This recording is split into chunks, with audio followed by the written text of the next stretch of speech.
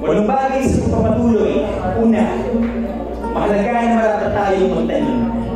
Magtanim ng siya ng pag-asa sa bawat tao natin nakakasalamuha sapagkat ka na naghihintay mo na silayan ang iyong apoy at alat na napapanatili mong buhay. Pangalawa, kung akala mong walang nakakakita ng iyong mga susumikap at pagputihan ng mga bagay na iyong ginagawa ay nagkakamali ka.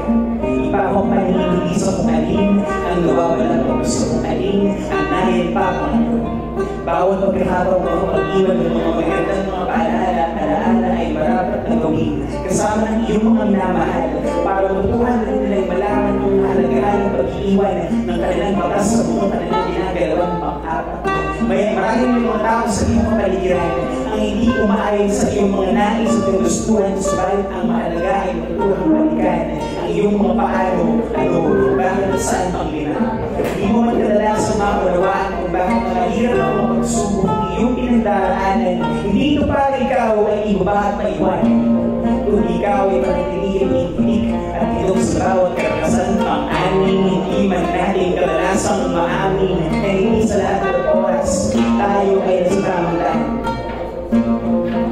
Subalit laging mayroong mga tao nga aking sabing pabalik sa ano ba ang ating sinimulan pang-pito sa listahan ng mga bagay na nabanggit ko maraming ikaw ngayon ay pagod, nawawala,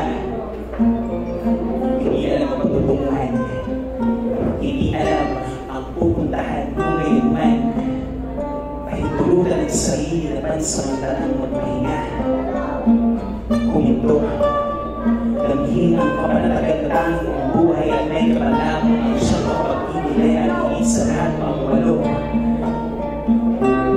Sa oras na hanggang ang iyong puso kaming makibaka, lumabay